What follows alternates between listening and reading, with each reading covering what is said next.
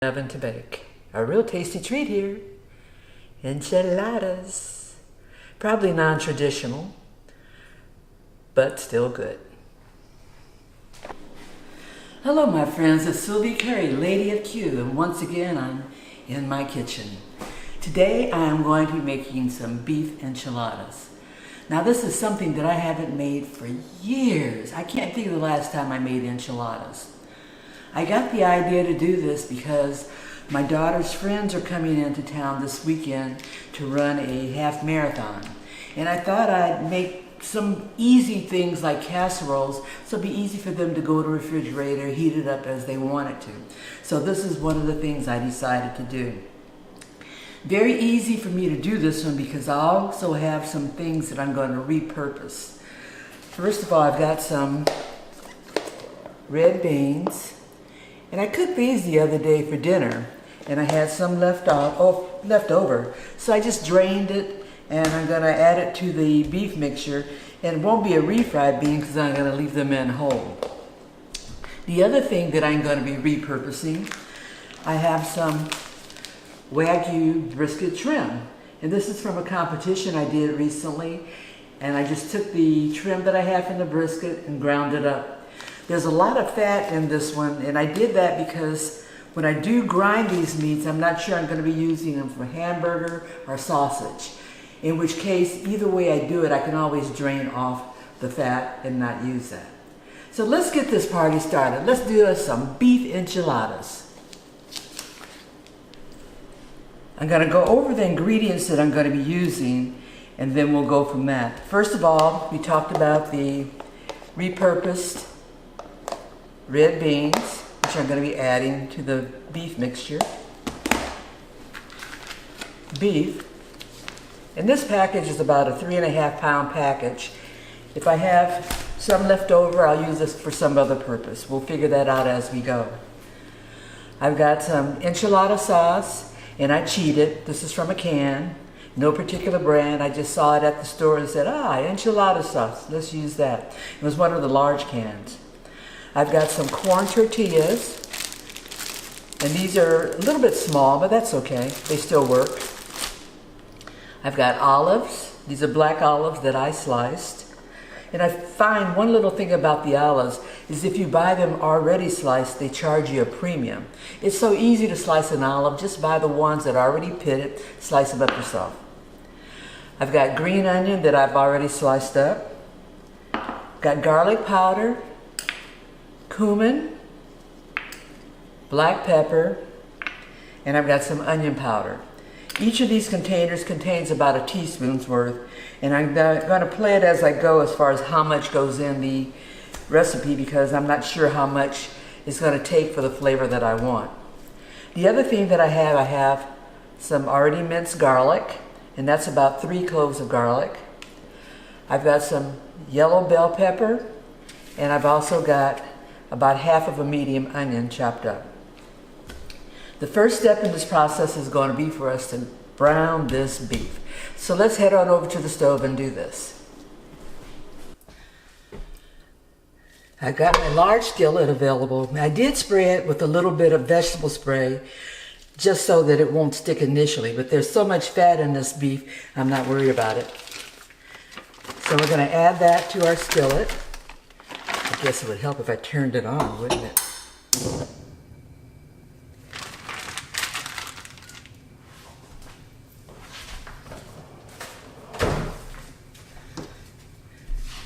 And this is quite a bit of ground brisket. It was previously frozen. I had it vacuum sealed and froze it. So it's oxidized a little bit, so it's not a pretty red, but it's still good. So I'll try to separate that out. It looks like the middle part of it isn't quite thawed out yet, but that's okay because the heat's going to get to it and that'll do it for me.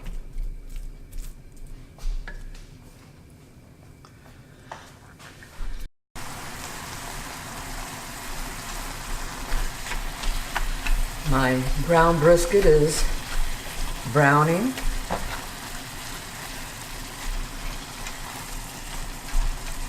And we'll continue on cooking this until we get to the next stage where we add our vegetables, our onion, garlic, and bell pepper.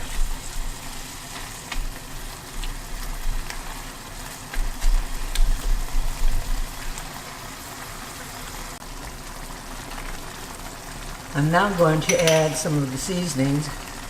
This is that actually it's a teaspoon of garlic powder.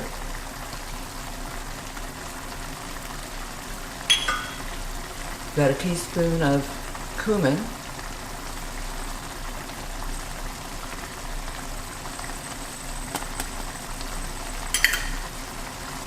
This is the teaspoon of onion powder.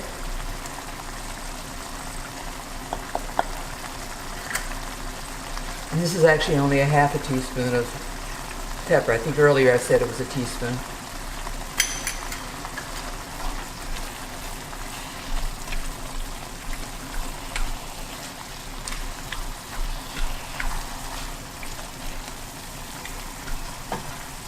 Got a lot of moisture in here, so it's going to take a while for it to actually get to the stage where it will brown. Depending on how much fat is in here, I'm going to separate the fat from the meat.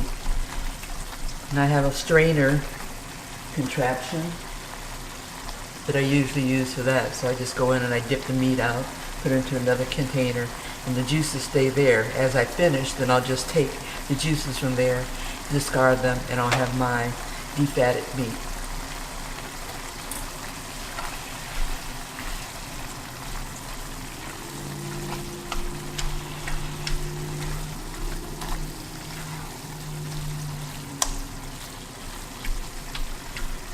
I mentioned before that this is over 3 pounds, it's 3.5 pounds of ground brisket. I'm going to see how much that can make. I've got a couple of half pans that I'm going to use to make the enchiladas, and depending on how much I use will determine whether or not I repurpose this for some other treat later on, today, tomorrow. That can include anything. You use ground beef, ground anything, things such as lettuce wraps. You can use it for spaghetti sauce, for spaghetti meat sauce. Lots of purposes. Now keep in mind, I did add that cumin to it, so it's going to distract from some other things that I might want to do to it, that flavoring. But what the heck, cumin's good, I like it.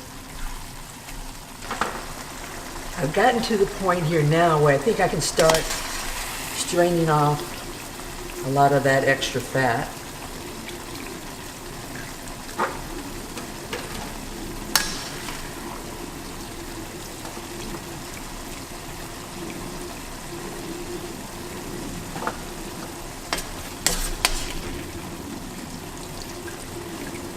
And also what I think I'm going to do, I'm going to strain it.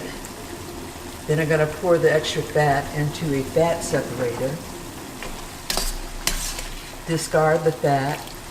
And if I need any more of the juices to add to this recipe later on, I'll have it. Notice also that I did not add my vegetables yet. And I didn't want to do that until I strained it, because I don't want a lot of the flavors from the onion, garlic, and bell pepper to go into the trash from the juices that I strain off of this meat.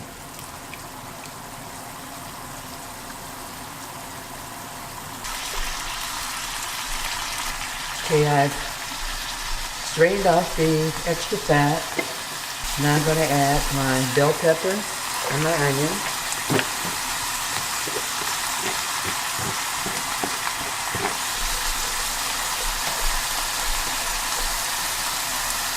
And my garlic.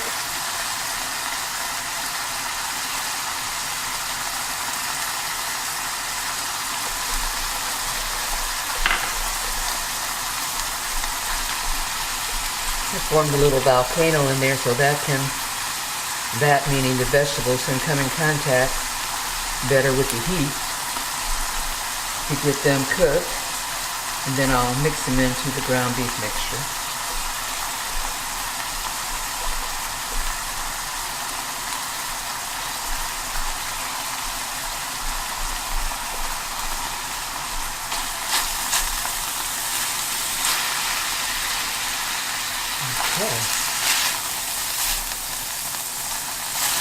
are on the road to doing this now.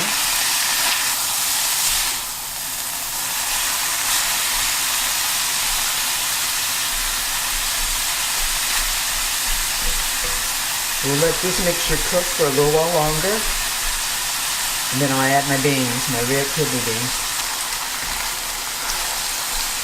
Our ground beef is now looking pretty good. I'm going to add the beans. Now they're already cooked. So this is just to warm them up. You know, I just thought of doing this when I went in the refrigerator to get some of the other things. I said, well, you know, some recipes for enchiladas have refried beans in them. Instead of refried beans, how about if I just put these beans that are left from dinner the other night and add them? It would have a similar effect. So, voila. Red beans added to my ground beef mixture for enchiladas.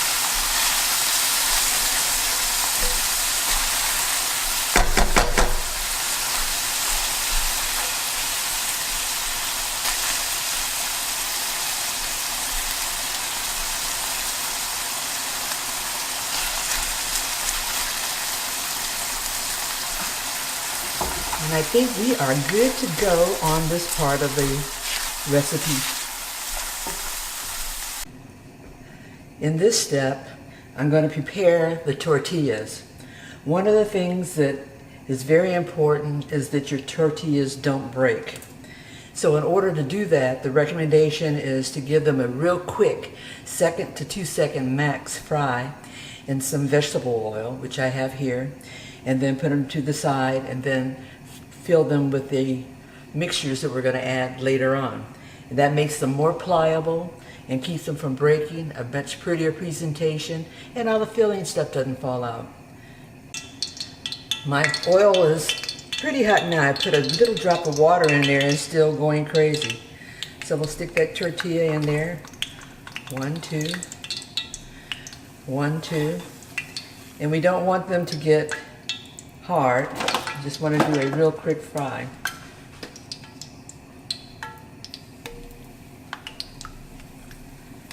One, 2. 1, 2.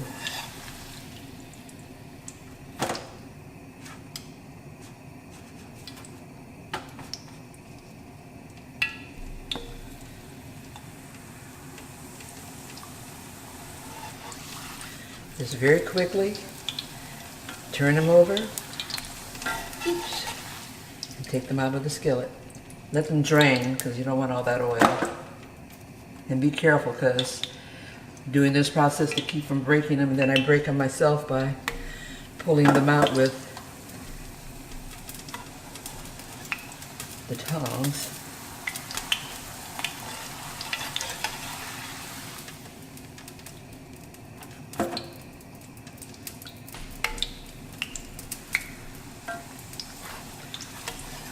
Now be very careful when you put them in there that the tongs don't tear them.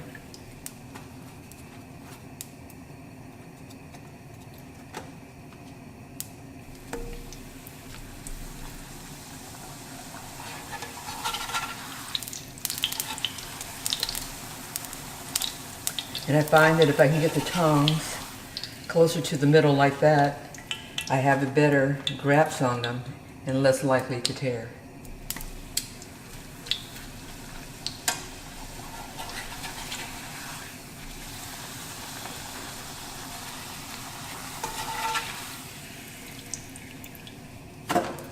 Now they'll try to cook real quick, so you have to be very careful with this. One of the other things about doing this process, it takes a lot of that raw taste out of the corn tortilla, mellows it out.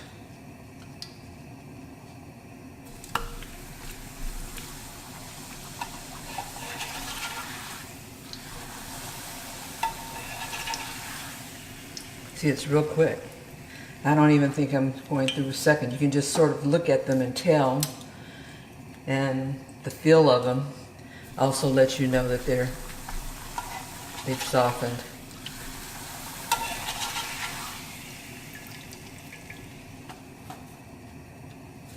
I'm going to finish all these up and come back to you with the next step.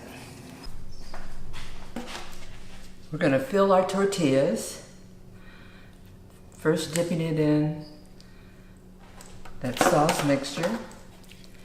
Then we're going to add a tablespoon or so of our ground beef, red chili bean mixture. Roll that up. Voila. Dip in our sauce again.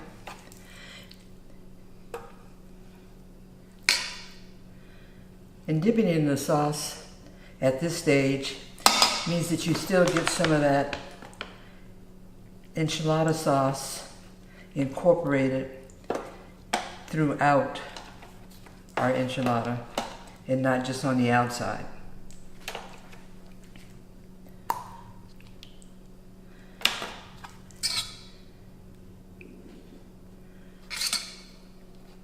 I'm going to continue filling these and come back to you when I'm closer towards the next stage of completing our enchiladas.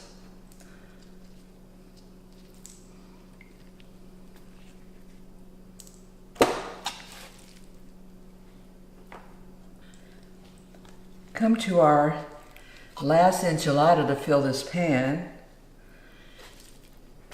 And I've got 10. This will be the 11th one that fits in. We'll roll that. Seam side down. A little broke on me though, but that's okay. Still be in there and it'll still be good. So the next step is to put our cheesy toppings on, our enchilada sauce, spring onions, and our olives. So first I'm going to follow with the sauce. That's just more enchilada sauce from a can. It's going over our enchiladas.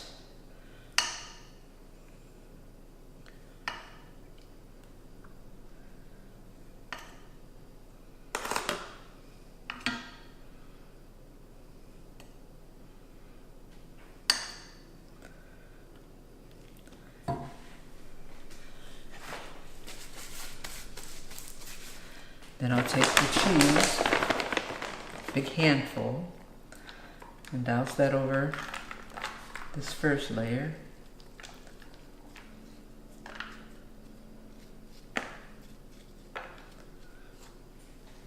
The other thing I'm going to do, since I have so much of the meat mixture left, I'm going to put that also on top. It makes it more like maybe an enchilada casserole, but all those flavors will still be in there.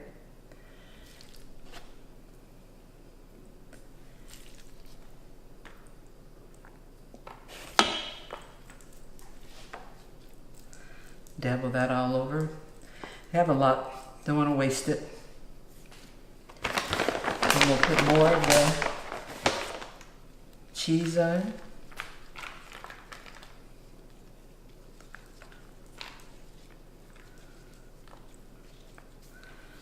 Along with the sauce.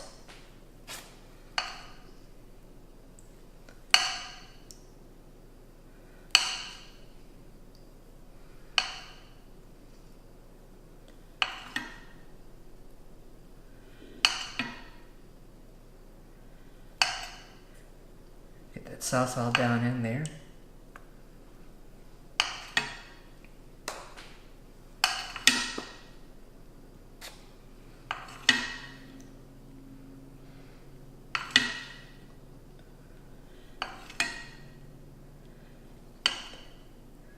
We'll go for some olives over the top.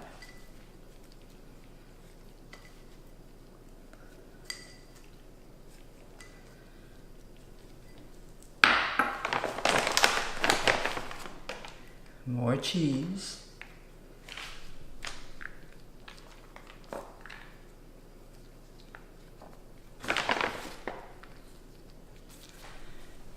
And our green onions.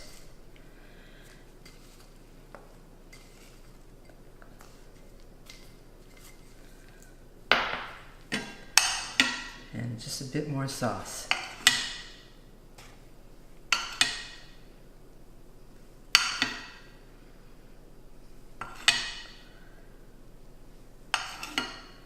There you have it. Brisket enchiladas with red kidney beans, Monterey Jack cheese, cheddar cheese, ready to go in the oven to bake. A real tasty treat here. Enchiladas. Probably non-traditional, but still good. Let me clean up my pan. Don't want those bits on the edges to burn. And we're going to put this in a 325-degree convection oven for approximately 20 minutes. And we can tell that it's done when it starts to get bubbly and all that cheese is melted. Then we'll be ready to serve it up.